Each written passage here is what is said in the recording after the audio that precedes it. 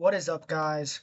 Welcome back to another video. Today, I wanted to discuss Meta and my opinions on the stock and the stock price. I think it's going to $300 before it goes to $1,000, and I'll explain why in this video. I also want to point out some of the safest high upside stocks that I see in the market currently. I want to talk about Nebu's dilution, and then we're going to talk a little bit about the portfolio pushing all-time highs, as well as a little bit of advice for you guys at the end. But without further ado, let's get into the video. First up, the big thing, Meta.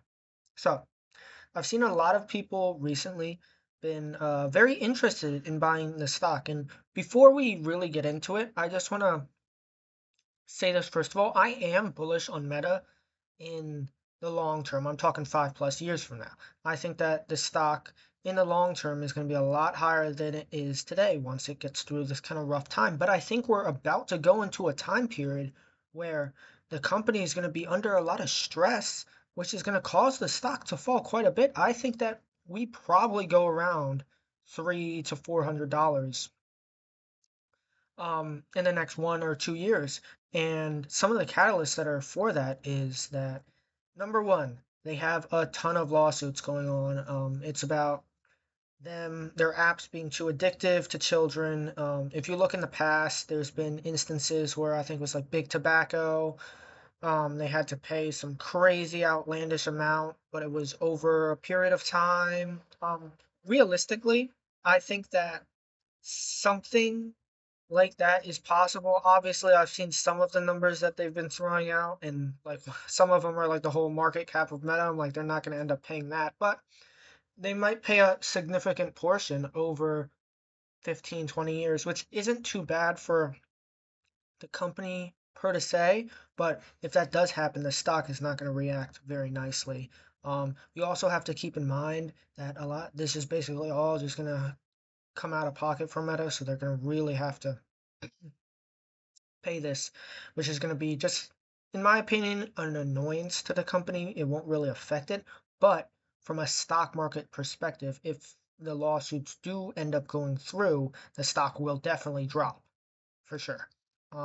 You also have to think they're spending a lot on capex. They're probably going to continue to raise for the next couple quarters, but even when they stop raising, they're still going to be spending a ton on capex regardless. And the biggest thing about this is there is a question mark, a huge question mark about Meta's return on the capex that they're spending. For the most part, I don't think that many companies are going to get as much of a return on the capex as they think they are, but Meta specifically, they don't have a cloud business. If you look at Amazon, Google, they almost get a pass for their capex because AWS is growing or whatever, but Meta doesn't have that. So even if they implement a cloud business, it's going to be from such a small base that, oh, what, it grows to like 1 billion. That's literally nothing on the balance sheet for Meta. So it's a real big question mark about this capex spending. If you look back too, when they were working on Metaverse, they were spending a lot on that, and they haven't really seen much of a return on that. Could it be the same story? Possibly. The free cash flow for the company is absolutely fried. It's going to be, for the coming years, it's going to be bad.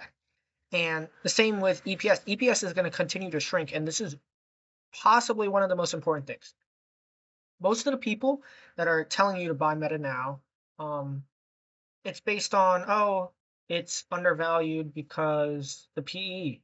Listen, EPS shrinking means that the PEs that are predicted for Meta currently and in the future are a lot higher than what it truly is if EPS does continue to shrink, which it almost, like, I want to say like 95% chance will.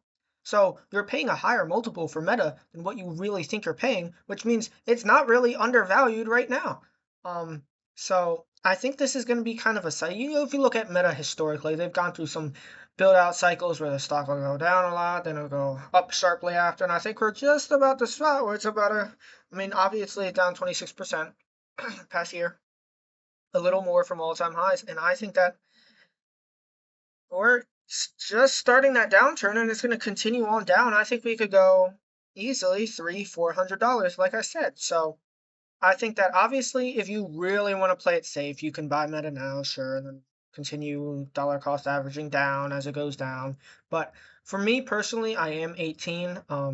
My current portfolio is worth around $32,000, and since I am younger, I think that it's very plausible to take a little bit more risk, so to say, as in the risk here would be the stock doesn't go down and it stays flat or maybe even goes up, and I just don't buy it at all, or maybe I just buy it at 600 and then it goes to 1,000 and everything I said was wrong. But I don't think that's going to happen, and I'm willing to take a 5 or 10% chance that Meta doesn't drop to where I think it is and just not own the company at all, then invest now and it still goes down 40-50%. I think that if you are closer to retirement, you're 55, 60, maybe play it safe, maybe buy some now, buy some later and see what happens. But I think that most people should be waiting on Meta. Onto some stocks that I see high upside with a very safe floor. It's going to be Celsius, Netflix, and Elf. All three of these companies, first off the bat, are undervalued right now, and their current valuation should be higher. As in, even if nothing else changes, everything, or let's say none of the catalysts really become of anything, and it's not the best in the future. They're going to be higher than they are now because they're just undervalued right now because of some scare in the market. Some more than others, Celsius being the most, then Netflix, then Elf. But let's start off with Elf first. They have two huge growing brands. They have the Lonnie and Celsius brand. Rockstar is kind of it's there. If it turns, it turns. It's gonna be really, really good. If not, it doesn't really matter. They have huge international expansion and US expansion and just expansion in general for these two brands, Celsius and Alani. They both can steal market share and shelf space. And the good thing about these two brands are they're very popular in their niches. They're the number one brand in each of their niches. Celsius being the energy drink and Alani being kind of energy drink targeted towards women and fitness. And it's kind of same for Celsius, but they're I think that in the next 10, 15 years, they become one of the big dog like energy drinks. If you look at back with Coca-Cola, Pepsi, it's like those two. It's basically Coca-Cola or Pepsi 20 years ago or something like that. That's the way I see the company. Management has set it up very nicely for where I think they can go, and all they have to do now is just continue to execute. And I think that the stock also is probably should be worth 50, $60. I think that's my price target end of year, and long term, next 2, 3 years, I think it goes back to 100 plus. Onto Netflix. I did a whole video on Celsius and Netflix. I don't remember, I don't think I did it on Elf. If you guys want to see a whole video dedicated to Elf, or even another one dedicated to Meta, I kind of give some catalyst here. I could go into numbers more if you guys wanted, but let me know in the comment section down below. But onto Netflix. It's a clean business. They have consistent growth, ad-supported tiers, management is executing. They did a nice job pivoting toward the ad tiers, and it's just a very nice business. It doesn't have much downside that I see at all. I think the downside is it performs in line with the market. So regardless, you're going to make 12, 10%, like worst case scenario, and that's a 5% chance maybe. So like that's for the next 3, 4, 5 years as well. So basically, I think that Netflix is probably one of the best. Like this is the safest.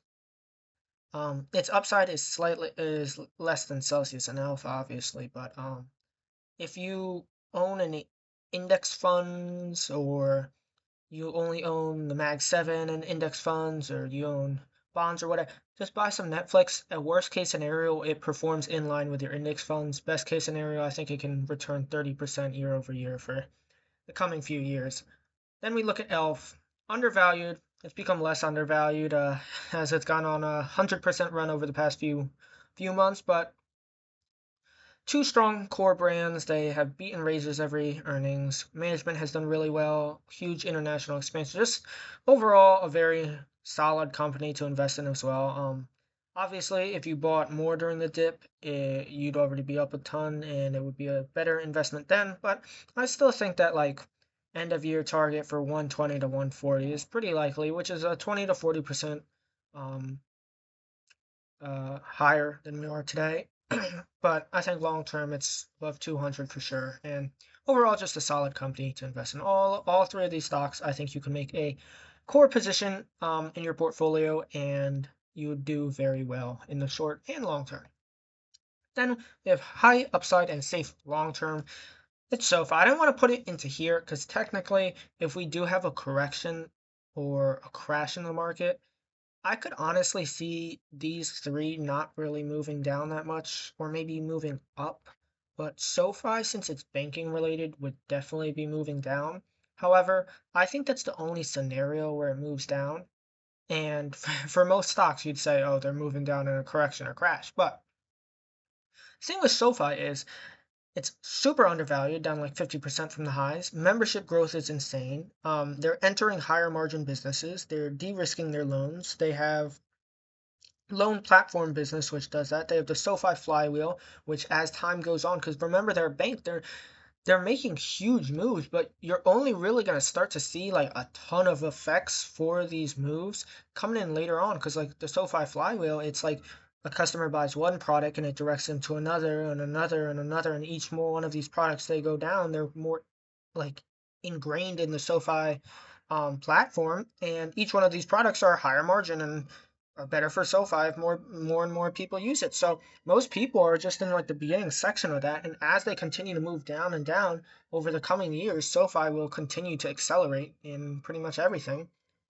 They have one of the best management teams in not only all of fintech, all of banking. Anthony Noto is amazing CEO. They've had beat and raises for the whole time they've been a public company. And lastly, the macro environment is terrible for the company right now. I've said this again and again. The company is currently performing the best it ever has. The stock is down 50%. Their um what's it called? Their future outlook is looking like it's going to be better and better, and they're executing now. They're going to continue to execute in the future. The stock is slashed in half. It's on a 50% discount. The stock is the best it's ever been. And the environment is the worst it's been in a very long time, which means even if it gets slightly better, the rates get slightly lower, the Fed doesn't do some stuff, the Trump doesn't go attack another country or something along those lines. Maybe the Iran situation gets sorted out. Literally anything better than it is now. And it's even better for SoFi because they're executing in one of the worst times for them. I've said this again and again, and I really don't think people are understanding. It's insane how they're able to do this well in such a bad environment. So just think about it. The environment's not going to stay bad forever. Eventually, it's going to change. And when that does, the SoFi is just going to accelerate even faster. So this stock is such a buy. I think it should be worth $25 to $30 right now. In long term, I genuinely think this is $100 plus stock easily, and I think it becomes one of the banking giants. So this is my probably my longest term like outlook position, but I also think it's going to do well in the short term as well. And it just has huge upside. Something that happened yesterday was Nebu's dilution. They did this to obviously they're having aggressive growth and they need to fund this. And I mean, you could look at this.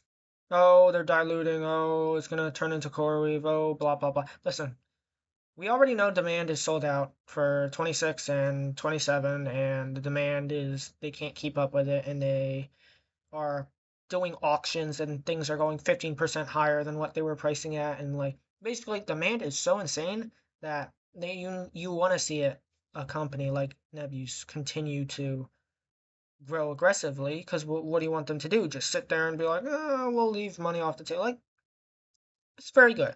And also another thing about this dilution is it only kicks in once the stock really goes up.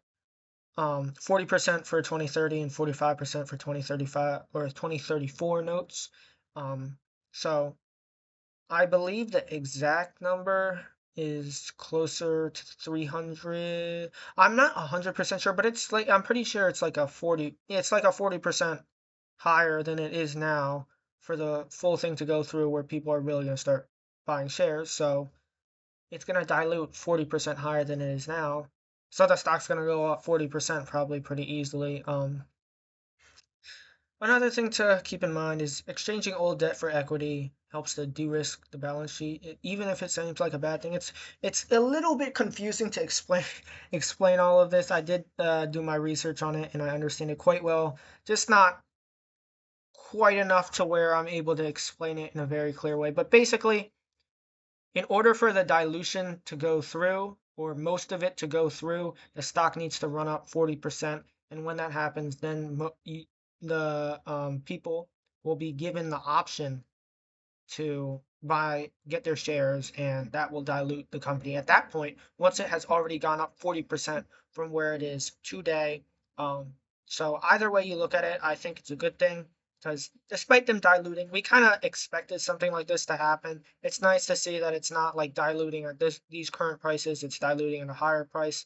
Shows that management expects the company to continue performing. I think, once again, Nebu's management has been doing very well as well, something I don't really talk about a whole bunch, but overall, I don't think this is very much. Stock went down, what, like 10% from this?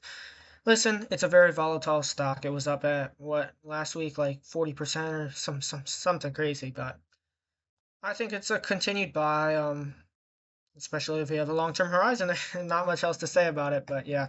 So these are the stocks in the portfolio right now. This was taken just now before the market closed today, but at $31,650 in the portfolio, just under all-time highs. I think all-time highs is around 32,000. I'm not 100% sure, but doing pretty well for the portfolio. Keep in mind, I only started investing like a year and a half ago, or it was definitely less than 2 years ago. So having all these returns. Also, if you look at the actual returns, you have AMD up 385%, Celsius up 8%, ELF up 50%, Nebius up 147%, Netflix up 13%, ServiceNow up 32%, Rubrik up 72%, SoFi is the only one down 3.6%. And if you look at all of that in 2 years, you figure, what?